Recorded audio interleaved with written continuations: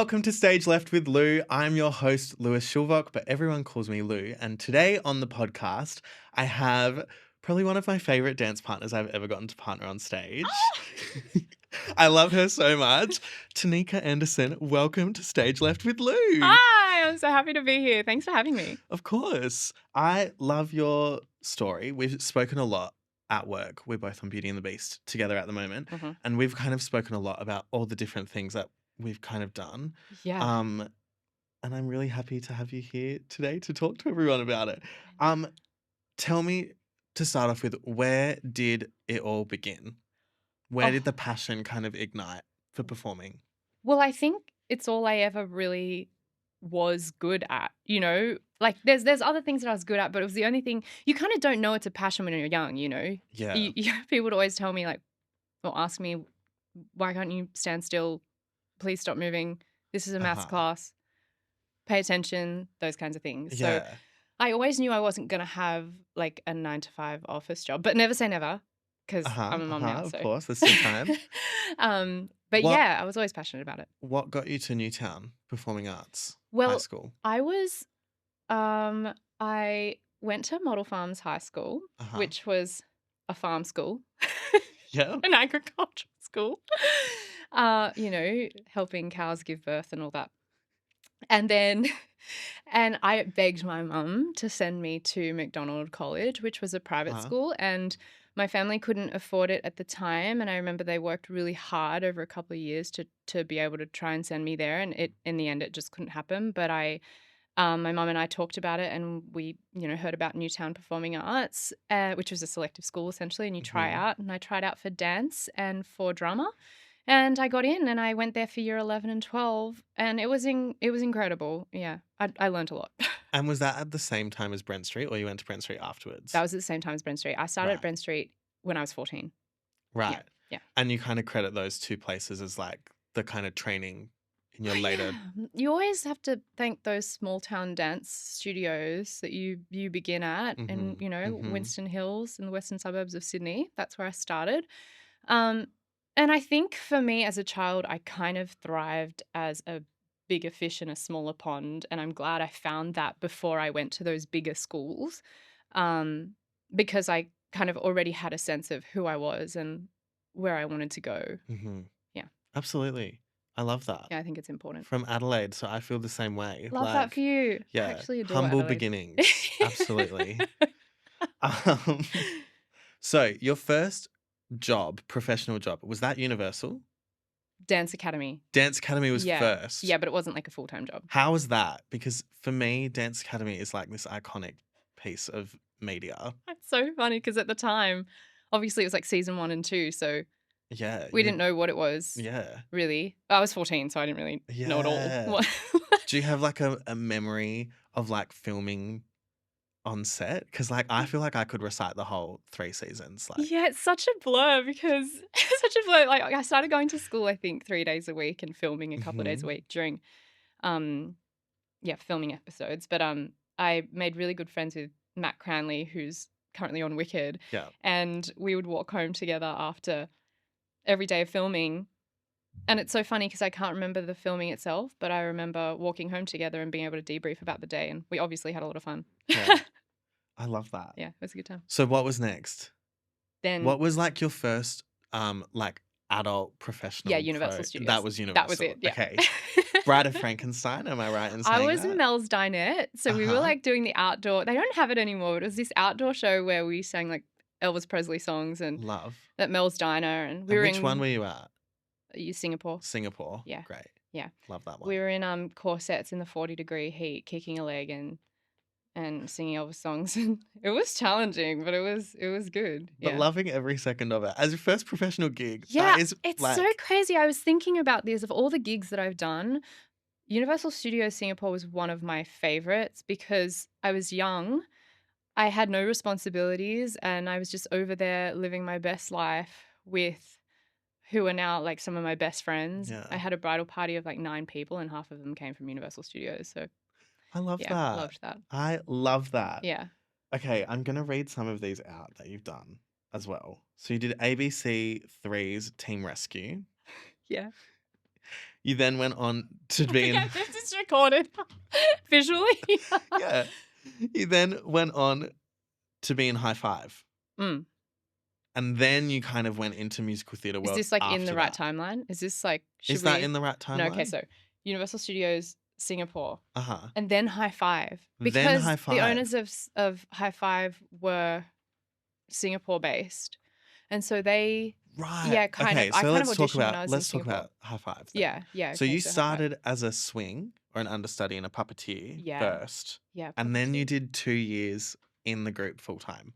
So I did like 3.5. Uh-huh.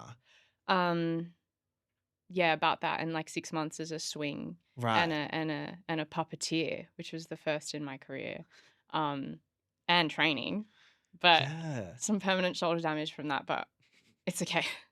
It's worth it. I've survived. Yeah, it was worth it. So, okay, what was your favorite part of being in High Five? Oh, the camaraderie, like traveling as a team. Yeah. You know, there's not many contracts you do where there's just 5 of you. It was Mhm. just 5 of us, and sometimes on different tours, a couple of swings. Yeah. And we didn't tour with like a creative team. We just had the cast liaison who kind of made sure we weren't running amok. But Yeah. that was it. And so it's just like this crew. You get to the airport, you hop on a plane, you're all together, Uh-huh. and But at then the and then same you're time, fun. you're like pop stars for children. Yeah, it's Like crazy. High Five was my first concert that I ever went to. Especially in Asia, it was like intense. But Yeah. that's part of the fun of it, you know. The best part was, yeah, the camaraderie, being a team, but also being in a different country like every week. But that was also the most challenging part and the Yeah. reason you kind of have to leave in the end because you're Yeah. like, I've been you travel with a suitcase. Well, personally, I had this suitcase full of my stuff, and then I'd like tip it out, wash everything, then pour it back in, and then off I Yeah. went. Well, and I guess like on musicals, like big commercial musicals, we tour, but we still get to like put It's our life home. down for a Yeah, second, you make a home. make a home, even Mm, if it's 4 weeks mm. and then pack up. You were not doing that on High Five. No, Stevie and I always laugh because we don't know. I mean, for so long we didn't know how to cook because you just are in hotel rooms Yeah. with no kitchen. Uh-huh. Can you explain to everyone who Stevie is and how you met him? Yeah, Stevie's my husband, and I met him on High Five. So that's like the best part of High Yeah. Five. Yeah, for sure. And this is, I always say this, you kind of take a couple of people from every contract. And for me, I've met really incredible people across the contracts, and I really do hold them near and dear. Mhm. And obviously, you know, Stevie was that person for me on High Five, and we got married. So, Yeah. yeah, he was in the group for 9 years and kind of worked with the original cast through to my cast. And yeah, such an incredible performer, so great with kids. And he also did a little bit of writing and directing on the show.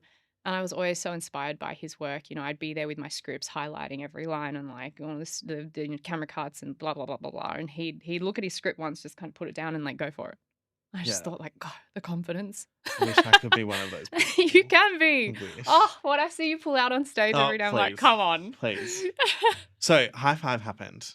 Yeah, High Five Then happened. Yeah. we had ABC3's Team Rescue. Yeah, well, yeah. So I started my business off the back of You High and Five, May. and at the same time, I kind of was filming. Okay, well, Team let's talk Rescue. about that because that is Yeah. like I love this Quick most Fire podcast. It's so Well, good. We're just getting to the good absolutely. points. But You and May is one of the like the things I'm like most impressed about you. Oh yeah, yeah. It was. But makes so much sense for you as a person. It was life changing. Definitely life changing. So we were ambassadors for World Vision in With High High Five, Five. yeah. Yeah. And one of the places we traveled to with World Vision was Myanmar. And up until then, I really had not, I had known Burma, but it's now named Myanmar. And I didn't really know anything about it, but we got there and I was just I immediately fell in love with the place. It was what you could imagine Vietnam or Thailand would have been like 70 years ago. You know, Yeah. if you want paper, you go to the paper shop. You want scissors, you go to the scissor shop. You go, Yeah. you know, everything is like family owned businesses. Uh-huh. And yeah, so kind of went there with High Five, fell in love with the place, and I met this young girl who was who was living in a sponsor community, a World Vision sponsor community, and she was living underneath someone's house in the dirt, sewing clothes. There's a little bug. It's okay. If it lands on my nose, you can just come over and give it. She was living underneath somebody's house in the dirt with an old school sewing machine, and she was trying to learn to sew clothes so she could sell a few pieces at the market on the weekend to provide for her and her family. And I bought one of these pieces off this girl and wore it back home, and people would ask me where I got it from, and I'd tell the story, and people would say, well, I'd love to get one for myself. And Yeah. I thought to myself, what if I could provide this young girl with, like, I sold her A clothes on Facebook or business. something, and Yeah. then I just could provide her with an income so she could continue her education and help provide for her family. And Stevie said to me, well, why don't you do it for, as many girls in that community as you can? And that's kind of where You and May was born. We ended up providing seamstress training, basic education, food, healthcare, and we built a workshop within their community so these girls could work amongst their families. And because if they don't find work over there, they end up being trafficked or, going to China, and who knows what happens Yeah. after that. And so, yeah, for 3 years ran that business, and it was incredible and life-changing, and I learned a lot from them.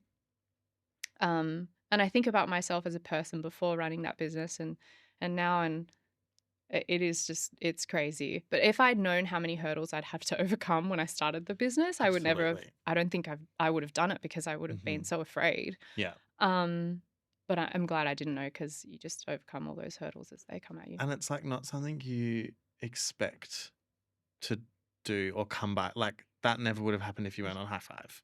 Yeah, Like, I was really grateful for those opportunities in High Five yeah. to expose you to parts of the world and different communities and really be immersed in amongst the culture. Yeah, so grateful for that. Yeah.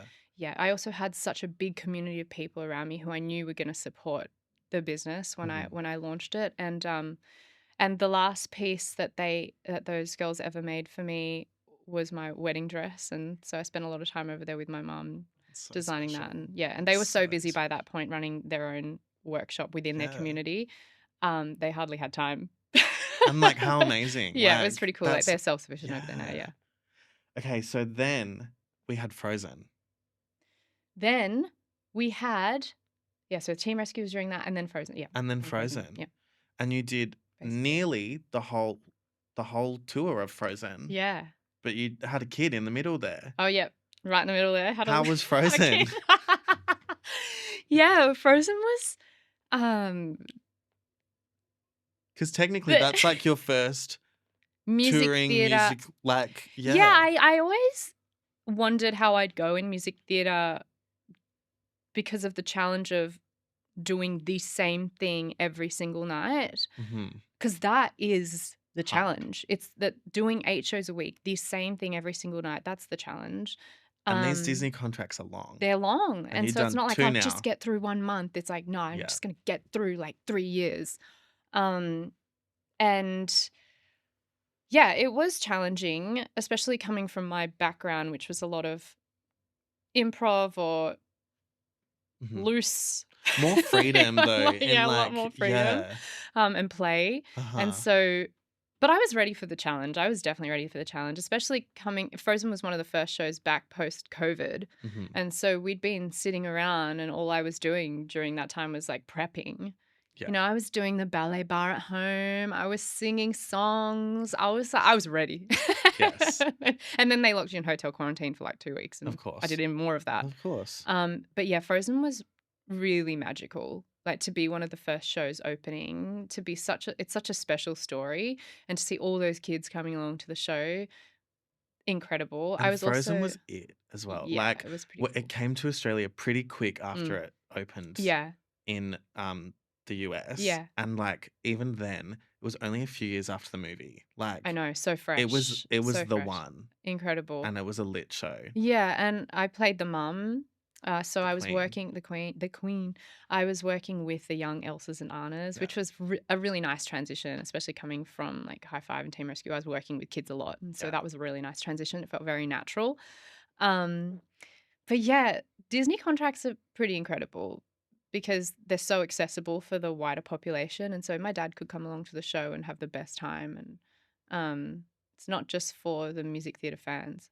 It's And for it's not everyone. just for kids. I And think it's that's not just for something like kids, working for Disney now, I understand. It's especially like, Beauty and the Beast. yes, It's like that's for the that is parents. for the whole Yeah. family. Like everyone can come to that. Yeah. And I love that. Um, so Mm, going to Beauty and the Beast now from Frozen, mm. you auditioned for Beauty and the Beast 7 months pregnant? Yeah. Yeah, so Frozen, I stayed in Frozen till I was about 6.5 months. I Right. almost finished Adelaide, and then I skipped the Perth season. So Uh-huh. this is my first time doing a long A tour in long, long, Perth. long. Yeah. Yeah. And then I came back to Frozen for the Singapore season with Right. her. I think she was 11 weeks And she old. came with you to She Singapore. came with us. Yeah, that was hectic. I think back to So that period and I like lost all my hair and I had really dry skin and I was tired. so you left Frozen and then auditioned for Beauty and the Beast. Yeah, so I left Frozen 6.5 months and then I auditioned for Beauty and the Beast when I was about 7 to 7.5 months Can you pregnant. talk to me about that?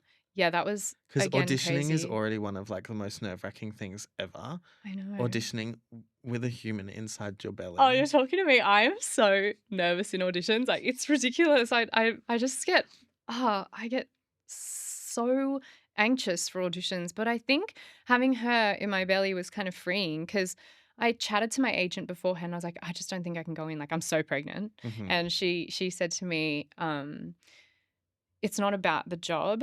It's about what you can do for those girls in that room. If you show up, think about what you'll be showing them, Yeah, that you can be pregnant and audition, you can be a mum and work in the industry. And absolutely. so I kind of went in there with that attitude and it was really freeing. And it was like very emotional. I remember doing the audition combo for the first time and the whole room started clapping. And I think all of the And that girls were combo clapping. is, It was cartwheels, jump splits, the whole shebang. yeah, that should be noted. Yeah, That but I like took it's out the not double easy. turn and I made it a single.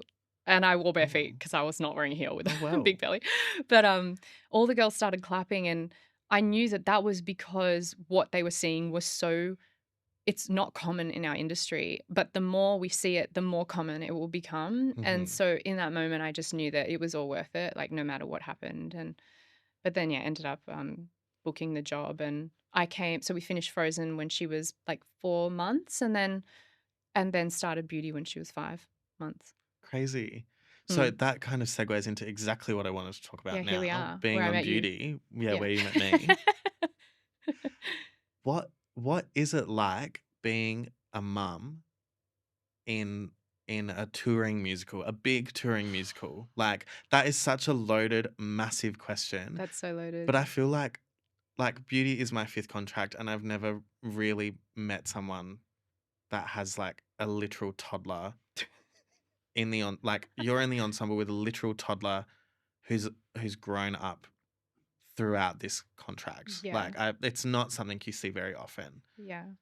It's incredible to be able to share that with the cast. Um, it's like it's really, I'm not gonna lie, it's super hard. It's really hard. And my dream is that the industry just keeps growing to support parents even more, particularly in the ensemble. Um, it's but the community that I have around me, my friends, my family, have just allowed me to keep, fulfilling my dream. And Absolutely. um, her family is huge. She's been looked after by so many different people, and also people that I know she's gaining something from being with them. Um, and yeah, I felt like for a long time, being in the show was also enhancing my motherhood journey. I'm definitely at the point now where I'm thinking about what does my journey start to look like in the future, and that's something I want to spend a lot of time thinking about because it's Hmm. not a light decision. But I think she's she's definitely benefited from being a child in the music theater Oh my God, world. so cool. She just loves music. She loves singing and dancing. She's obsessed with Beauty and the Beast because she came for the first time before she was 1, and now she's almost 3. And like, she goes to sleep to the orchestra version, the I instrumental love of Beauty that. and the Beast the I love musical. that. And she's got her costumes and she Yeah, does the she's show out the yeah. front of the theater afterwards for everyone. Like it's yeah. And we all feel really privileged that we get to watch Well, wild everybody's seen her grow grow up. up. Yeah, Like, it's really wholesome, really yeah, wholesome, and even people before I booked the show, because I came in late, obviously, I still knew of Wild and still feel like through everyone else and all my friends that were on the show, I feel like I've still watched her grow up over 3 years. yeah, Like, she's got a huge personality, and I always think, What was life before her?" You know? Now we have so much fun.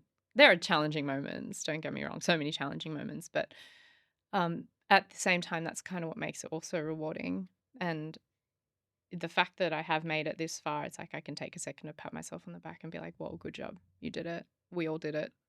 She did it." absolutely. And other people can do it. Mm, It's hard, yeah. but like Well, you I are the think pure example of like it is absolutely it's possible absolutely possible, and to I do think, it. I wanna try and be able to give back to the industry in some ways to make it even more possible, and I wanna be someone I've been a super open book from the very beginning. I remember even breastfeeding in the dressing rooms in Frozen and in Beauty and the Beast, at every interval of the show, pumping, breastfeeding in front of all of the girls and answering any questions that they had. I wanted to be as open as possible, and I still am.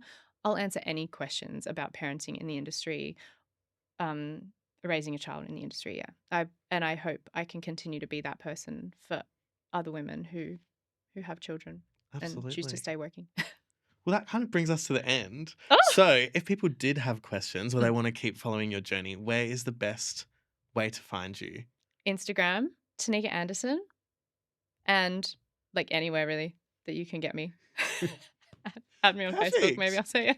Well, thank you so much for coming onto the podcast. I love Oh, you and I really appreciate it. And I think there's lots of little bites of wisdom that people can take away from today. yeah, I'm so happy that you're doing this. I'm Thank excited you. to have been your first guest. I'm excited as well. I wouldn't want anybody else. You're Well, perfect. maybe. Oh, please. And thank you for watching the pod today. Make sure you follow at Stage Left with Lou on Instagram, and I will see you next time.